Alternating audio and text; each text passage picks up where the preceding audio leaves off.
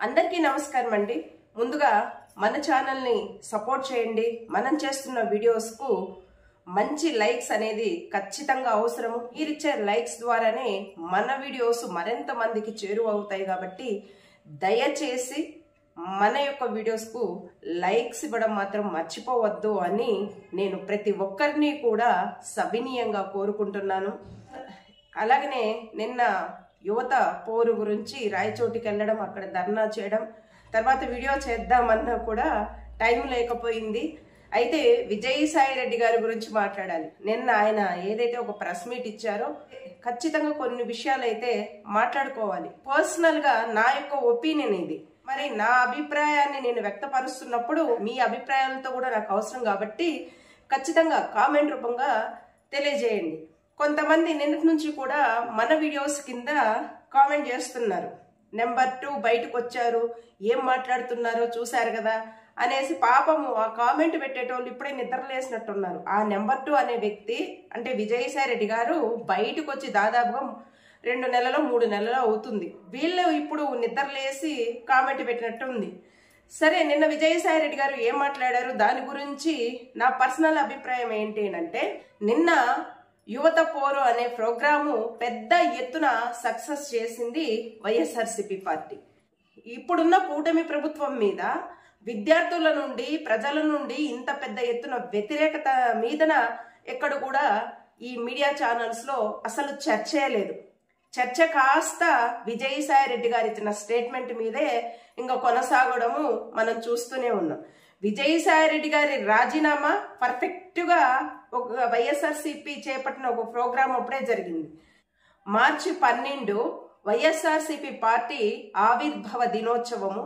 అందులో యువత పోరు అనే ప్రోగ్రాము ఫిక్స్ చేసిన డేట్ కి మరి విజయసాయి రెడ్డి గారిని విచారణ నిమిత్తము పిలవడము, ఆయనను విచారించిన తరువాతన ఈ యువత పోరు పెద్ద ఎత్తున సక్సెస్ అవ్వడము, ఆ తర్వాత ఈయన బయటకు వచ్చి వైఎస్ఆర్సీపీ పార్టీని, జగన్మోహన్ రెడ్డి గారి దగ్గర ఒక కోటరీ ఉంది అని ఏ విధమైన కామెంట్ చేశారో మీకు అందరికీ తెలుసు.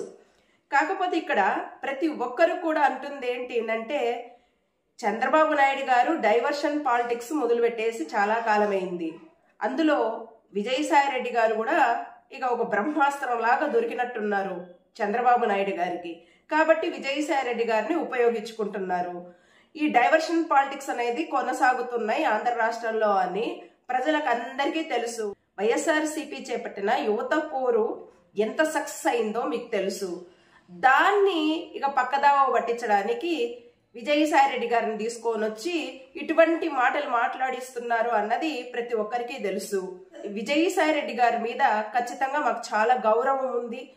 ఆయన పార్టీలో ఉన్నా, పార్టీలో లేకపోయినా విజయసాయి రెడ్డి గారు చేసిన సేవలు అనేది ఎప్పటికీ మర్చిపోకూడదు. కానీ ఈరోజు విజయసాయి రెడ్డి గారు చేస్తున్న వ్యాఖ్యలు చూసిన తర్వాత, ఈ కోటరీ గురించి మాట్లాడుతున్న మాటలు చూసిన తర్వాత, సార్ ఇక్కడ కూడా డైవర్షన్ పాలిటిక్స్ ఏమో మీరు చేస్తున్నట్టు నాకు అనిపిస్తుంది పర్సనల్ గా.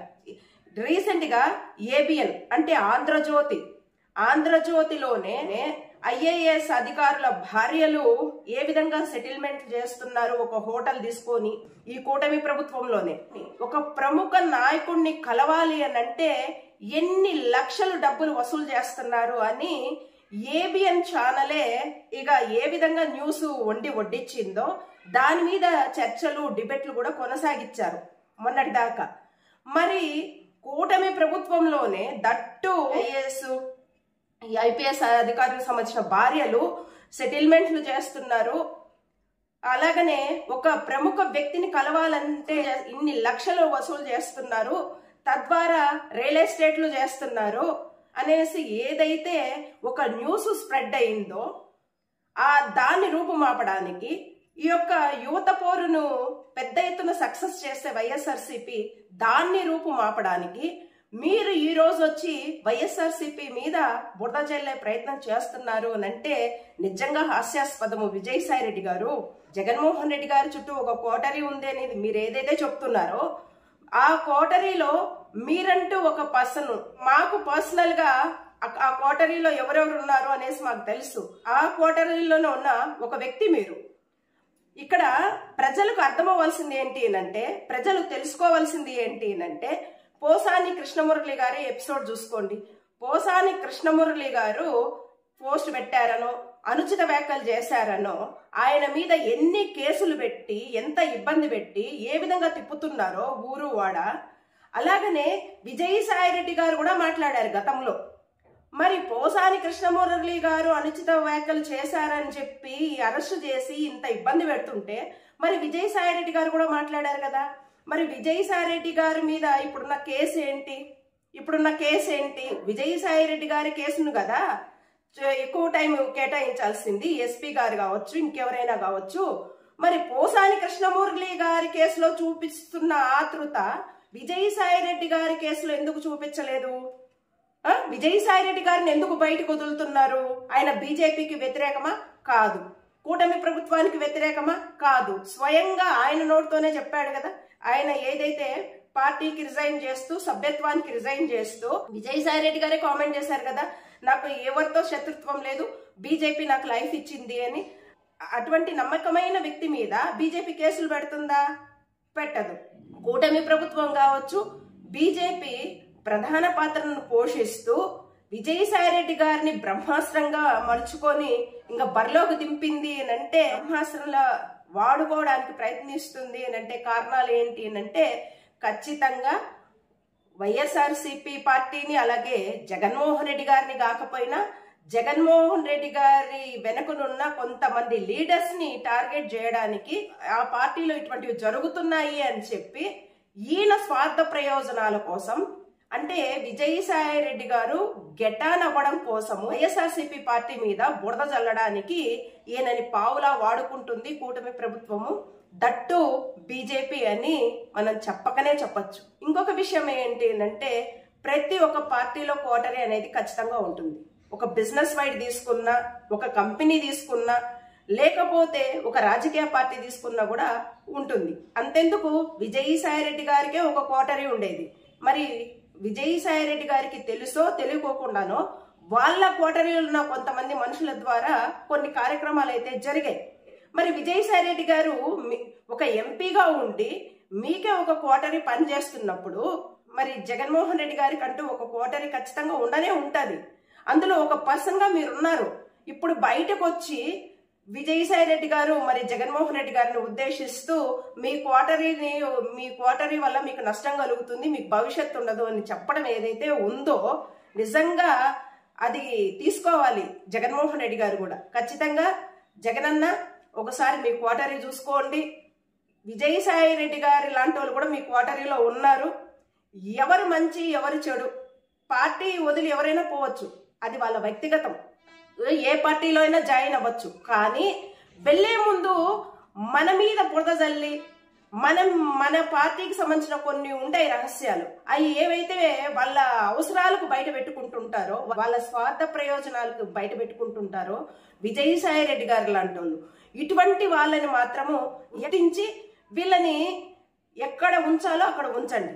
ప్రతి ఒక్క కంపెనీలో కావచ్చు, బిజినెస్ వైడ్ తీసుకున్నా, లేదు ఎమ్మెల్యే స్థాయి దగ్గర నుంచి, ఒక ఎంపీ స్థాయి దగ్గర నుంచి ఖచ్చితంగా ముఖ్యమంత్రి వరకు కూడా ఒక కోటరీ అనేది ఖచ్చితంగా ఉంటుంది. ఆ కోటరీ పని చేస్తూ ఉంటుంది. కానీ ఆ కంపెనీకి సంబంధించిన రహస్యాలు కావచ్చు, ఆ బిజినెస్ కి సంబంధించిన రహస్యాలు కావచ్చు, లేదంటే ఆ పార్టీకి సంబంధించిన రహస్యాలు కావచ్చు, పని చేస్తున్నంత సేపు చేసి లబ్ధి పొంది బయటకు వచ్చిన తర్వాత ఈ పార్టీ నచ్చలేదు అని చెప్పే రాజకీయ నాయకులను చూసినాం. కానీ టోటల్ గా అక్కడ ఉన్న రహస్యాలను తీసుకొని వచ్చి బయట పెడుతున్నారు అని అంటే, ఇటువంటి రాజకీయ నాయకులను నమ్మద్దు జగనన్న అని చెప్పి మరొకసారి విజ్ఞప్తి చేస్తున్నా. మరి జగన్మోహన్ రెడ్డి గారి చుట్టూ కోటరీ ఉంది అనేసి మనం అనుకుంటే, మరి ఐఏఎస్లు ఐపీఎస్లు భార్యలందరూ కూడా మరి ఇటువంటి సెటిల్మెంట్ చేస్తూ కూటమి ప్రభుత్వంలోని ఒక ప్రముఖమైన వ్యక్తిని కలవాలి అని అంటే ఇన్ని లక్షల అమౌంట్ అవుతుంది, ఇన్ని లక్షల అమౌంట్ మాకు ఇస్తేనే మేము వెళ్ళి కల్పిస్తాము అనేసి సెటిల్మెంట్స్ చేస్తున్నారు అని అంటే, ఇది ఇంకా అంతకు మించిన కోటరీ కదా విజయసాయిరెడ్డి గారు, ఇది అంతకు మించిన కోటరీ కదా. కాబట్టి అది మేమన్నట్ల ఈ ఐఏఎస్ ఐపీఎస్ ఆఫీసర్స్ భార్యల మీద మేము నింద వేయట్లా, ఎందుకంటే మేము చూడలేదు కాబట్టి అటువంటి నింద మేము వేయము. టీడీపీ పార్టీకి అనుసంధానంగా పనిచేస్తున్న ఆంధ్రజ్యోతి ఈ న్యూస్ బయట పెట్టింది కాబట్టి అది బేస్ చేసుకొని మేము క్వశ్చన్ వేస్తున్నాం అంతే.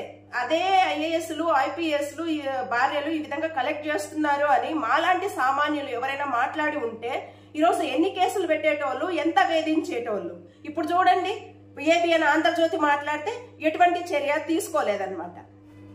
వైఎస్ఆర్సీపీ పార్టీకి సంబంధించిన నాయకులు కావచ్చు, జగనన్న కావచ్చు, గమనించాల్సింది ఏంది అంటే పోసాని కృష్ణమురళి గారు లాంటి వాళ్ళు చాలా మంది ఉన్నారు.